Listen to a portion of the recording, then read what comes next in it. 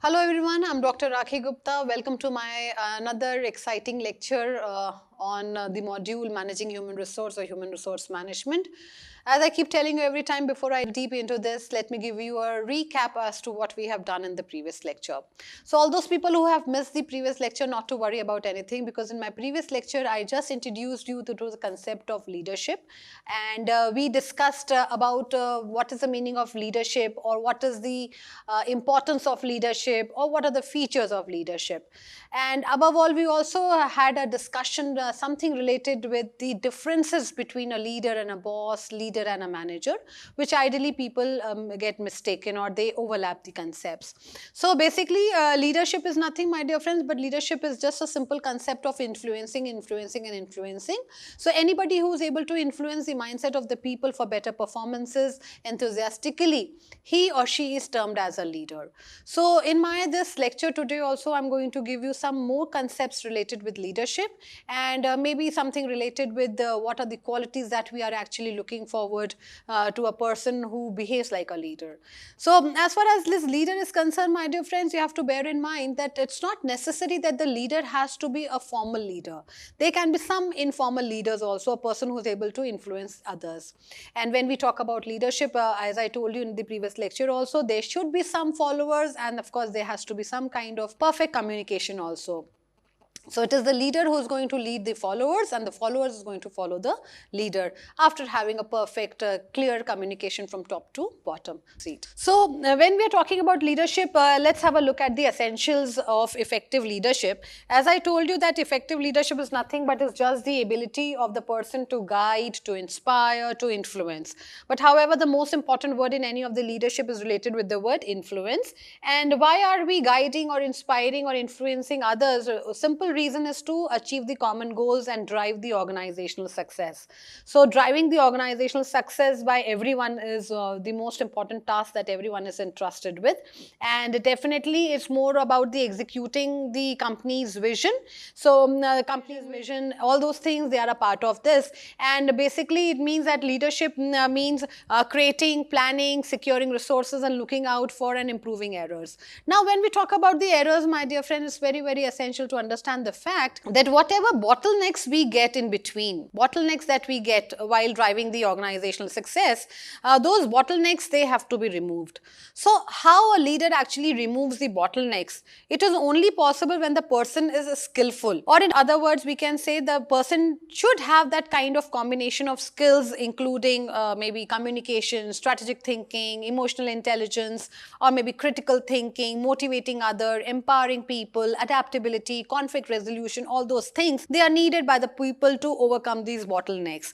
So these bottlenecks, they can be of any kind. It can come from people also, it can come from the organizational side also, or it can also come from the different stakeholders. So it is rightly said that a leader needs to have number of qualities if he wish to be successful. And definitely we are again we are driving the organizational success. That is what we are actually chasing. So it says that given below are the essentials required for the effective leadership. The first one, which is talking about it talks about the sincere enthusiasm. So if you all remember in our previous lecture also, we were talking about some R's, we were talking about some P's also. Like leadership is all related with people, people management skill or processes, the perception, so on and so forth. And as far as the R's were concerned, it was the responsibility, roles, relationship, and results that a leader is supposed to do. So my dear friends, just to reiterate that we had spoken about 4R also. For example, there's a 4R model of leadership also, which is consciously developed and practiced through different 4Rs. So these 4Rs, they were nothing but it was all related with the roles, it was all related with responsibilities, it was all related with relationships, and it was all related with results. So a leader, it is the responsibility of the leader to build good relationship, to build that kind of good teamwork, and of course defining different roles for the purpose of attainment of the results, or they are again chasing the organizational goal. So while in this pursuit, what is more important is that leader should have that kind of enthusiasm. For example, and sincere enthusiasm is necessary for the success of any any organization. So a person should be a very great enthusiastic person. Only then the person would be able to realize these results that they are changing. For example, it's Elon Musk, who was for the space travel, and of course, who doesn't know Elon Musk? So he's one of the budding leaders. Then the second one, it talks about the charisma personality. Now, in the case of charisma personality also, it's very essential that the leaders, they are well spoken, approachable, they are friendly, and they show sincere care. So, my dear friends, if we talk about the sincere care, so what do we mean by sincere care? So, naturally, if you remember in our previous lecture, we had discussed that this is the basic difference between a leader and a boss, that boss will always say go, and the leader will always say let's go. So, the person will have a better understanding about individual needs, desires, views, suggestion, whatever it is. So, naturally, one of the big striking factors is that the leader should be a person who is able to derive the inner passion of the individuals or the employees for the performances. So the personality should be such that it should be a very pleasing personality who is able to attract people towards their work. But when I talk about the attraction of the personality, that doesn't really comes with the outfit that you wear. But basically it comes the way you think, the way you take initiative, the way you innovate, the way you do the problem solving or the conflict management or the adaptability, flexibility. So this is how one determines your personality. Then the third one it talks about is all related with knowledge. A subordinate looks up to his leader for any suggestion that he needs. A good leader should be a person who should possess adequate knowledge. Now, so my dear friends, one of the striking feature is knowledge. So it's always said that a person who is in a need will definitely look up to the leader for the solution. So if a person is in a position to offer some kind of suggestion, it is only possible when the person has got perfect knowledge about these three things. And I'm sure I have been using these three words number of times. So all those people who have been quite regular with my video, they will agree with me. So my dear friends, the third point that you can see is all related with knowledge. So it says if a person has any kind of problem, he will always be looking up to his leader for the solution. So a leader will only be able to give solution when the person has perfect knowledge about things. So I am going to talk about those three words which you have automatically know very well, and these three words, they are nothing but it's just the KSA, that is the knowledge, skills, ability or attitude. So at any point of time, if people are lacking in any kind of skill, or if there's a gap in the skill set, that gap has to get filled up. So if you want to be a good leader, be a reservoir of knowledge, be a reservoir of everything, like having a perfect skill sets, and of course have that ability and attitude of problem solving. So problem solving is one of the striking features that is expected to be there in the leader. So how it is possible? It is only possible when a person is knowledgeable. Then must be approachable to keep the channels of communication open. This is very essential. In a lot of organizations, what happens is, if you remember, when we were talking about the difference between the leader and a boss. So a boss will say go, the leader will say let's go. The boss will motivate you to only get the targets, but the leader will inspire you also. So at times what happens in the case of leadership or in bossy attitude, the bosses, they close the channels of communication. People are not ready, or people are not given an opportunity to express themselves. People are not given an opportunity to voice themselves or vent out, whereas the leader does that. So one of the striking features, or one of the striking qualities of an effective leadership is that the person should have, or should allow everyone to come forward and have a perfect flow of communication from top to bottom. Because when people are given an opportunity to express themselves, half of their problem, they get solved there only. So it is very essential that if you are a leader, there should be perfect accessibility that should be permitted by the management to the employees. Then optimism. A positive attitude can set the tone and motivate individuals to be more productive. Absolutely. Why we are talking about the positive attitude? If you all remember, we were talking about discipline also. So in discipline, we discussed something related with self-discipline. So that was a best way that we can have in any of the organization. So what it says, a leader should always be a very optimistic person. If a person is optimistic, only then he or she can motivate or influence others. Then the next is 5 5C. Now, this 5C talks about the credibility, communication, commitment, confidence, and creativity. So, we know that credibility is like I told you that a leader will always focus on we. He will never focus on me. He will always say, let's go. The leader will always be very compassionate, and the person will say, let's go. Who is going to respect people, or who will believe in having that kind of trust, respect, and support. So that credibility is basically where the leader is giving credit to its people for the targets or the achievements that have been done. Then communication, naturally, as we know that there should be a perfect flow of communication from top to bottom, and the channels should be open, people should be encouraged to come forward and discuss.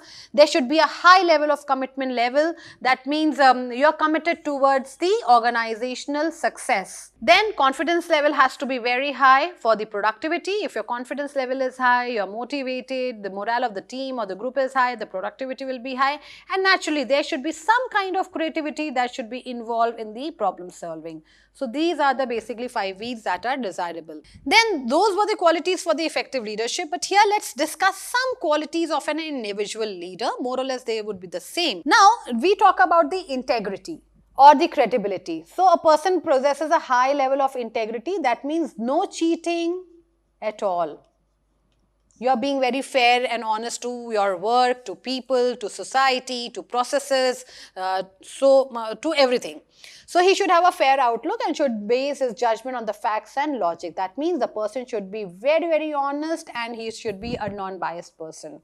Then the second one, it talks about the communication skill. My dear friends, we know that in the case of communication skill, we know that communication skills are of paramount importance. In any organization, no organization will flourish if there is no free flow of communication. And we know that lack of communication will always lead to misunderstandings. And whenever there are misunderstandings, there would be frustration, irritation level, which will definitely hit the loyalty level and the commitment level or the focus level of the people.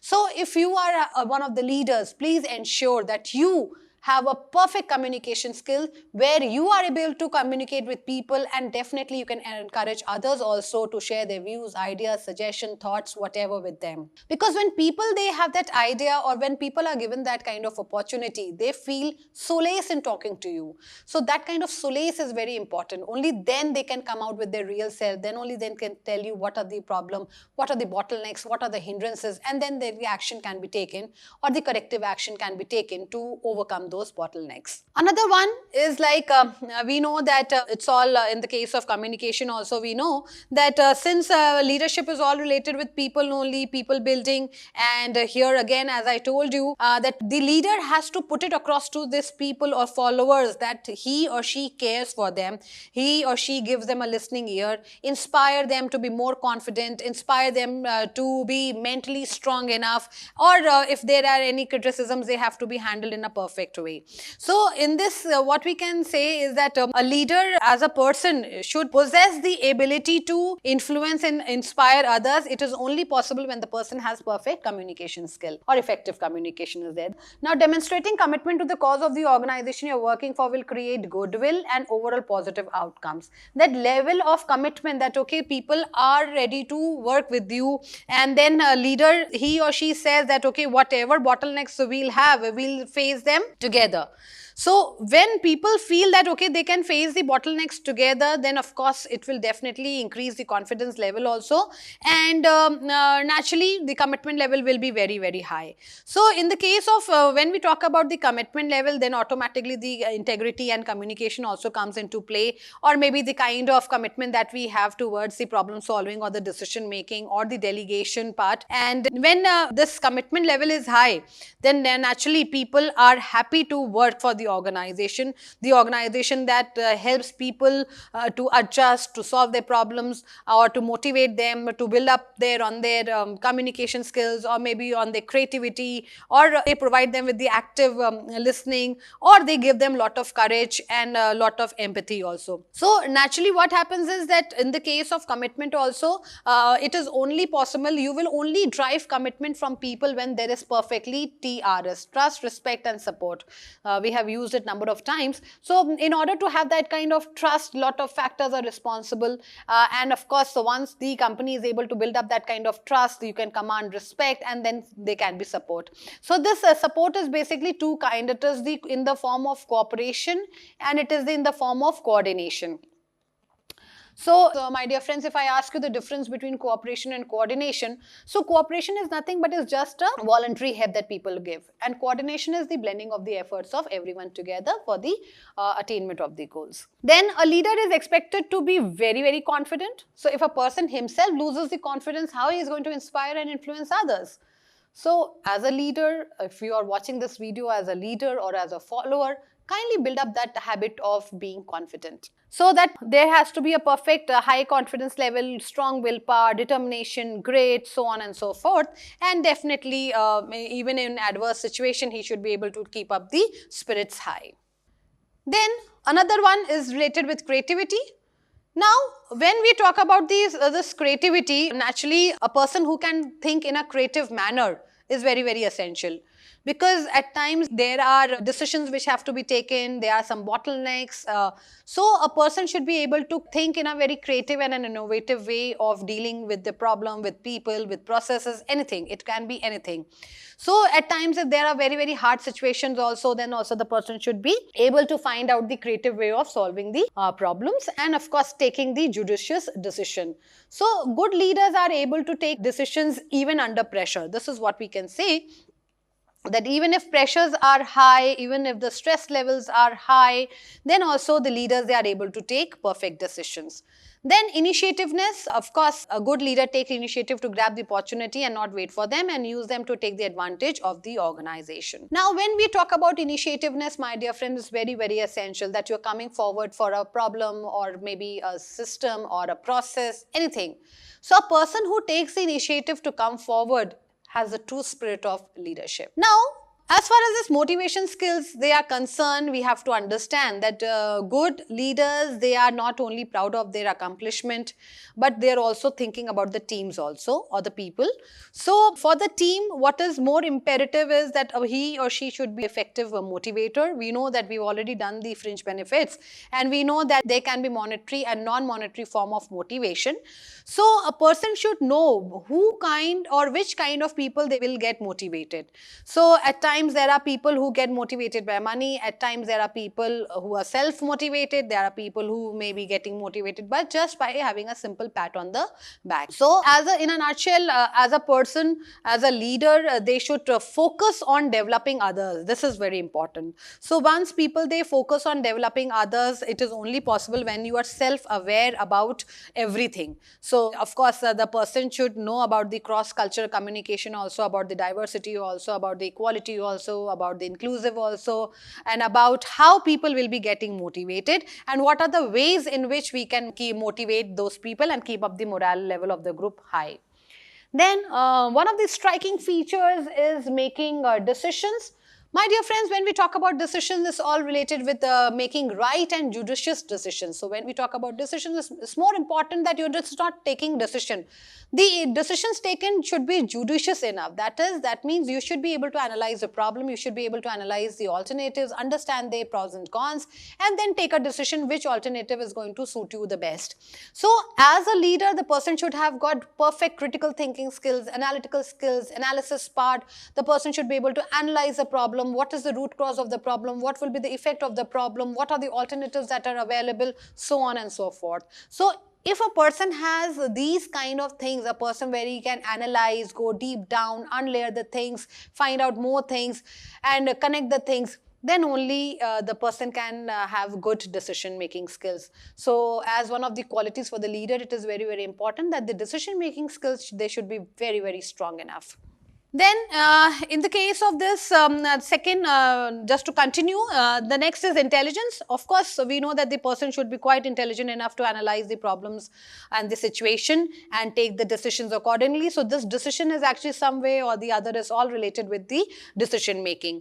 So we say that the person should be having a foresightedness, the person should be able to think far ahead of what the normal people they think, and they can understand what would be the future repercussions or what kind of impact it it will have on the management. So it's like very, very essential that the person is able to express, think, inspire, influence others. So for that purpose, intelligence level is very, very important. And again, for that intelligence level, one of the best way to increase your intelligence or IQ level is KSA, increasing your knowledge base, increasing your skill set, and having that ability and attitude to gain that knowledge. Then social skills, as we all know that leadership is all related with people management skills. Social skills are of paramount importance. The interpersonal relationship is very, very important. The leader should be able to build up a very, very good organizational culture, or the environment where people can work, conducive environment conditions should be there. So social skills is something, again, it is possible by one word, that is communication. There should be a free flow of communication from top to bottom.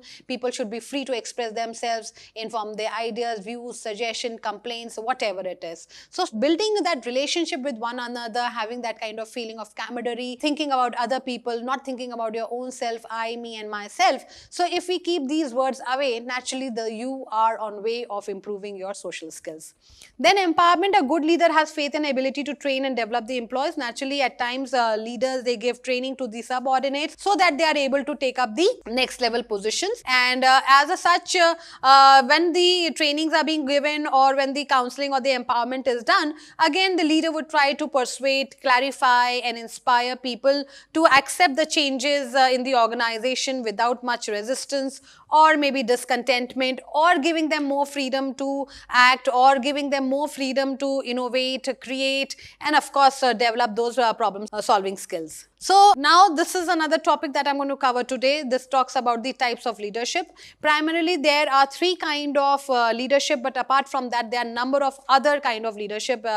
We have a different subject of leadership, but I just wanted to give you all the overview of leadership, because we've been talking about team building, we've been talking about people. So in the case of leadership, there are basically three kind of most important leadership, and as I told you, one of the most desirable skill is the communication skill. So here also communication will play a very, very important role, and we know that a leader needs to be a very, very good communicator so that he can explain his ideas, policies, procedures clearly to the people. And he is not only a good speaker, but also a very, very good listener, counselor, and persuader. So we will find that different types of leadership, there are different traits, and ideally a person should be very, very good with association, with attaching people, bringing people together, managing the value system, so on and so forth. So as a leader, let's take the first one. It's autocratic, democratic, and delegative or less free. So let's talk about the autocratic leadership. Now, my dear friends, autocratic leadership is one of the worst kind of leadership. But yes, in past also a lot of leaders have exhibited this kind of leadership, and we know that leaders are basically the decision makers in any organization, and a person which type of leadership is being followed, it will be dependent on their attributes and personality traits. So here in this, the first one is the just say for example, we're talking about the autocratic. So autocratic leader is nothing but just a bossy one. So anyone who's dictating their terms and conditions without being considerate for others is a person who is the autocratic person. So basically this type of leadership is related with the command and control. Now this is the word that you need to understand, command and control. So they are commanding or they are giving orders all the time and controlling the people. So naturally they are not taking care into their needs or desires or something like that. So they take independent decisions with very or little no contribution from group members. So it says like whatever the boss says, that is only correct. You have to follow boss instruction. You do not have any say in the management at all. So one of the things that you can see is like it's all related with bossy, dictatorial, and controlling. So of course people who are autocratic, they are the people who are not at all liked by anyone. So nobody would like to be led by somebody. There should be some kind of flexibility that should be given to the people, but it is not so in the case of autocratic leadership. So what we can say is in the case of autocratic leadership, there is a kind of different behavior patterns that are exhibited. I'm sure you must be looking at the right hand side. So these are the autocratic leaders, for example, Hitler, Abraham Lincoln, Napoleon, so on and so forth. So there are certain autocratic behaviors that can be seen, and they are the authoritarian leaders. And so basically they are the ones who will be focusing on the centralized authority, and they will be keeping all the decision making in their own hands, and so on and so forth. So naturally they are a person who are very threatening, because they will not understand the viewpoint of the other people, or more or less what we can say is that they are the people who are having that centralized authority. So autocratic leaders have absolutely authority and control over their team, and low autonomy for the group. They are not at all concerned in giving flexibility to the team members or the group people. The second one is making decisions. The autocratic leaders, they will take decisions based on their own ideas, own expectations, and own rules. They will not listen to anyone. They will follow their own directives. They will not be taking suggestions from others. Then demands obedience. Of course, when they are very, very bossy, they would not like to listen to anything, anyone, and it is kind of a situation where people, they do not have any say. But my dear friends, I should put you one thing to your knowledge also, that autocratic leadership can be effective in certain situations also. But my dear friends, I would also like to put it to your notice that autocratic leadership can be effective in certain situations also, such as one where one is required to make some urgent decisions, or one has to coordinate the processes, or in work environments where you have little margin for error. So at that point of time, autocratic leaders, they can be successful. But however, they are the ones who are very, very bossy. They want actions and results immediately. There's only one side communication, that is the downward communication. There is no upward communication. People are not allowed to give their views, ideas, suggestions. And of course, as we know that they act without consultation, they will always be acting on their own directives. They will not be taking directions from others, and they are the people who are disliked. Why they are being disliked? Reason being, because it will always lead to the decreased morale level. The team is not very happy. The individual motivation level is very, very low, because as an individual, they are not given a chance to be innovative or creative, so on and so forth. So, the levels are very low.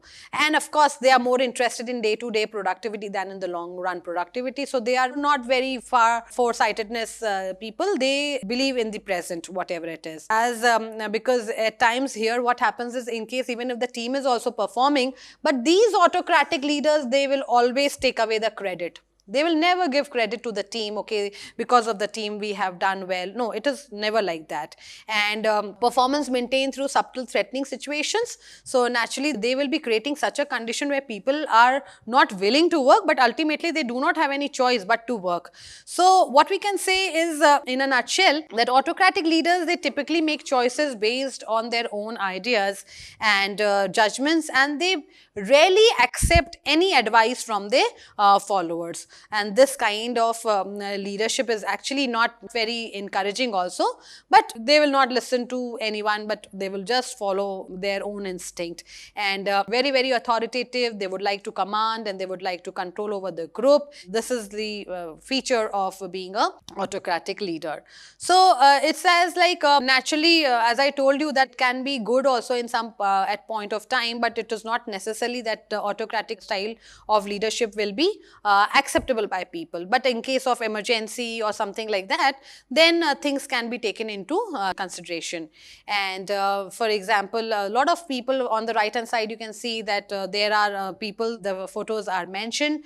And for example, there were people like, for example, Hitler, or maybe Steve Jobs, Henry Ford, Jack Welch. They are the people who all perform the autocratic leadership. But again, you have to bear in mind that it can be effective in some situations, maybe at time of emergency, or maybe during some major turnaround projects which is taking place. But again, it will here the decision making is very poor, because they are not taking any suggestion ideas from other people. And of course, there's strict control over the people, over their processes, about everything. So in a nutshell, we can say whatever the boss says, that is only right. So no matter what kind of business you are in, those autocratic behaviors, they are not at all relished. Then another type of leadership, this is one of the best kind of leadership, my dear friends. So it's like a democratic style basically says it's just the opposite of autocratic. Autocratic is very, very bossy, dictatorial and controlling and commanding and self-centered and single authority and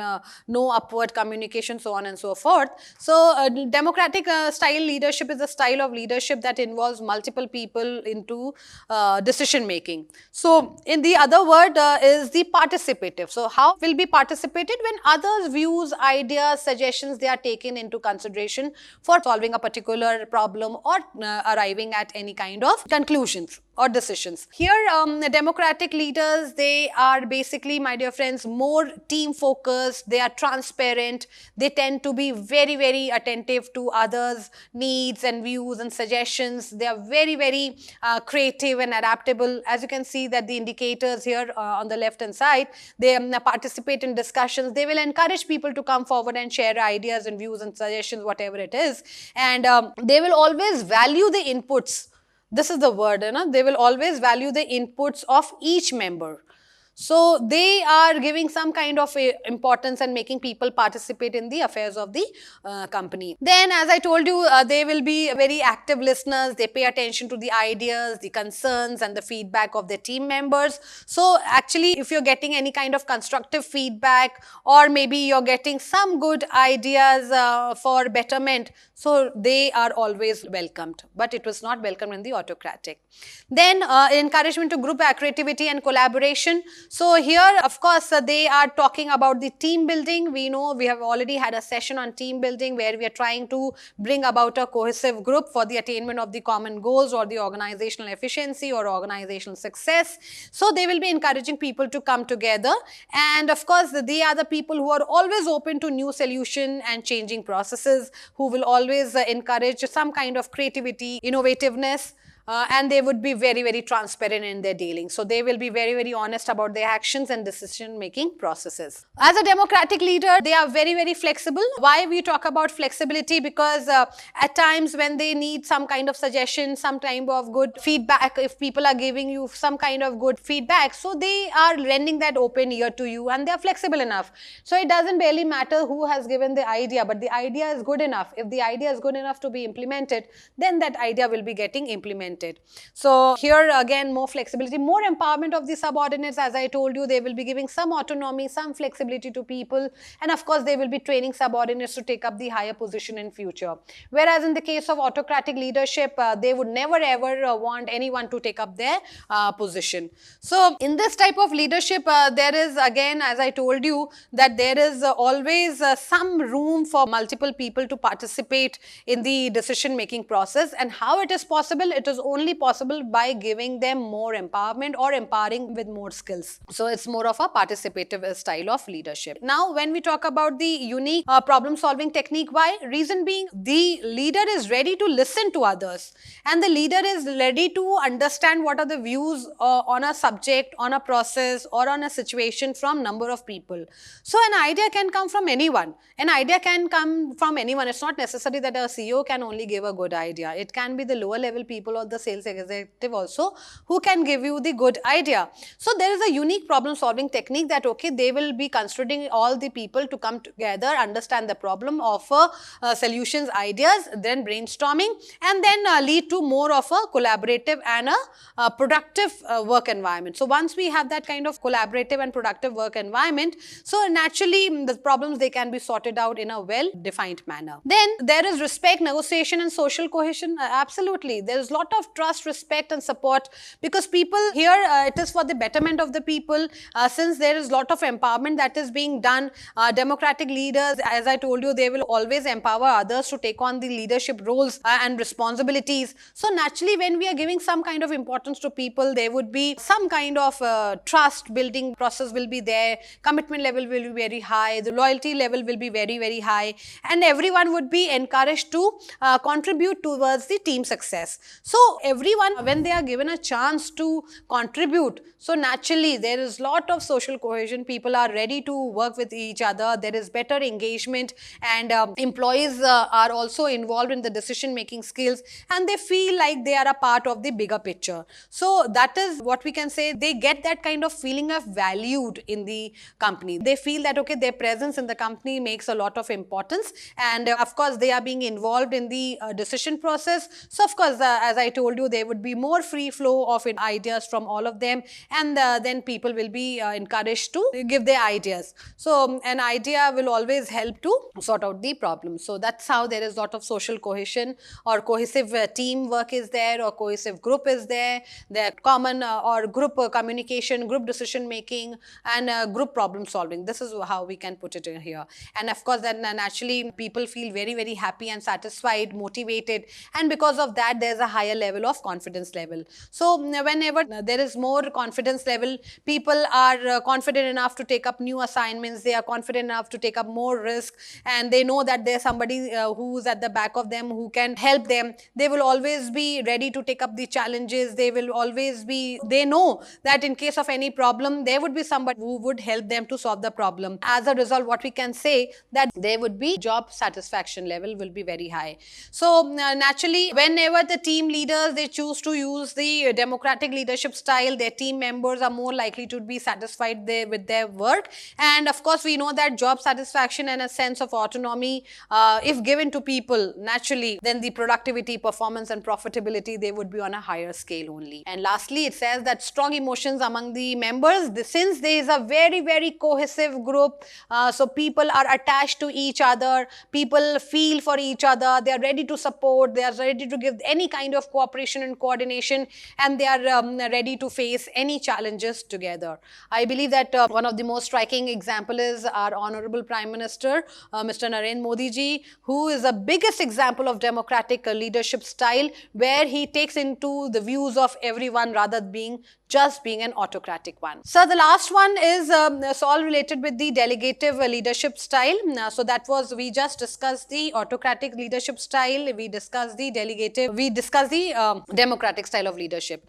So last one is about the delegative leadership style, which is also known as less free, and it says leave it alone. Leave it alone. The lot of autonomy has been given to people, and it's more of a hands-off approach. They are required to solve the problem themselves. They don't have to come to the leader, and they are more proactive, goal-oriented people. And here a lot of the concepts of giving flexibility is what we can actually call it. That is given in this kind of delegative style of leadership. So here neither the leader is autocratic not very participative, but here more autonomy and responsibility is being given to the team member while providing guidance and support. So that guidance and support is always there. And here, of course, there is a lot of trust also among the people. The focus is very clear. There is a lot of support which is being provided by the leader. But of course, let it go. Leave it be. Like, it's okay. You have been given autonomy. You have to supposed to do it on your own. And of course, here the delegative leaders, they are responsible for the outcomes. So what we can say is that the delegative leadership can be beneficial, but it can also introduce challenges in some workplaces. It requires a high level of trust between the leader and their team. So here again, people, they should be very, very strong enough with their skills, knowledge, and experience, and they should be able to understand which kind of work to be delegated, which resources to be given, which powers to be given, and how the decisions have to be taken. So for example, one of the striking ways of delegative leadership is like the co-founder of Apple, late Steve Jobs. He was of the opinion of delegative leadership style, though he practiced the democratic style as well, because Steve Jobs was known for his hands-off approach to management, which actually allowed his team members to take ownership of their work that they do and be very creative in their own approaches. So this is basically a kind of a less intrusive style, my dear friends, where a leader will delegate the task and initiatives to individual team members. So this is all the features of delegative style, resources, and he would be accepting the mistakes and taking care of the outputs also. So this is probably the last slide of my presentation, and this is kind of an acronym which has been made by me only. You can see or you can find it at length in my book HRM by Dr. Rakhi. So here this acronym is again the leadership. L stands for loyalty, E stands for excellence, assertiveness, dedication, enthusiasm, risk bearer, strength, honor, inspiration, and performance. So what is the essence of leadership? Of course, we know we are talking about leadership, so definitely we know that one, loyalty level is of high importance in any organization. So loyalty to the organizational superiors, the management, loyalty to the subordinates, loyalty to your own self is of paramount importance. And loyalty is basically a multi-directional or a kind of a thing that will be running in the organization. So if you wish to be a good leader, please have that kind of loyalty bonds amongst all the people. Then excellence is basically where here excellence is basically a value. They are actually striving for excellence and success. So excellence in handling people, excellence in handling processes, the perception of the people, and of course how you are driving the success is very, very essential in the case of E. Then assertiveness, leaders possess basically a mental and a physical intensity that causes them to seek control, take command or assume mantle of responsibility and focus on objectives. So here what is more important is that people, they should know how they are able to assert themselves, when and how, and when people are comfortable, only then they should be doing it. They should know what is right and what is wrong and when to take action. Then D is basically dedication. So leaders basically, my dear friends, they are dedicated in mind, body and spirit to their organization and achievement, and they are basically the action oriented people, and they would always prefer to achieve the goals of the company. That's what I have been telling you over and time and again, that they are inspiring and motivating people for the better results or the attainment of the organizational efficiency or success. So they possess that kind of dedication, that kind of charisma to attract their followers and of course attain the goals. Then E is for the enthusiasm. Leaders are their own best cheerleaders. What we can call them, they are own their best cheerleaders. So cheerleaders, what is the work of cheerleaders? Basically, the work of the cheerleaders is to provide that kind of confidence level, the enthusiasm level. So leaders, they themselves, they are the cheerleaders who actually work on behalf of the company and their people. So naturally, this is one of the special style of leaders which may be providing long-term vision and stability, and they are able to attain the goals also. So enthusiasm is very important in any task we do. R is basically for risk bearer. So of course, we know that leader, they are the ones who would be taking lot of risk. So risks, they are involved in every sphere of life, in every part of the management, in every part of the organization.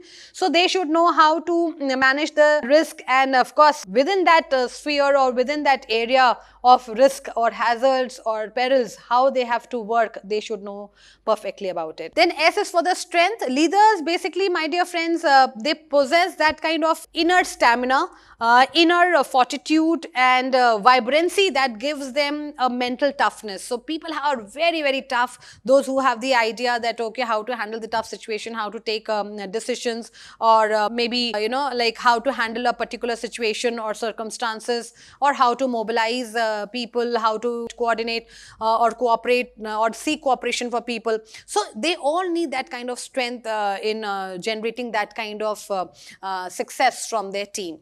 Then H is for the honor. Leaders understand that they will leave a legacy. We all know that they are all creating their successors. So definitely it is very, very essential that, the kind of position a person holds, that is very, very honorable, and they keep up the charm of that position so that no one is able to point a finger at them or maybe at their successors. So ideally what is desirable is that they do the right thing correctly and and they set an example for others also. So for that purpose, they need to kind of open-mindedness is needed at this point of time to maintain that honor of the position that they hold. And I is for the inspiration. So as I told you that leaders, they don't exist without followers.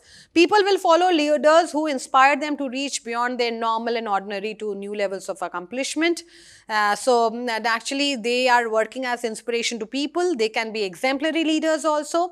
So basically inspiration is what actually distinguishes a leader from a mere manager or maybe a boss only. So a leader will be in a position to touch the heart, mind, and soul of others.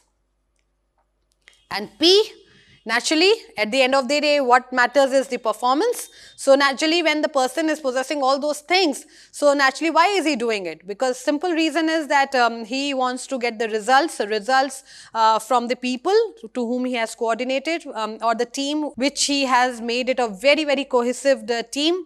And naturally, so these performances are of paramount importance, because ultimately we are chasing the predetermined objectives of the company, and once the predetermined objectives of the company they are attained successfully, and the company moves on to the track of growth and development, so naturally the leader has done his part. So that's all from me, my dear friends. So I hope that you have understood the concept of leadership, its features, its importance, and above all the different types of leadership that we have. So I'm sure if you wish to be a great leader, you are going to practice the democratic style of leadership rather than autocratic. All the very best. Thank you so much, and stay tuned for the next one.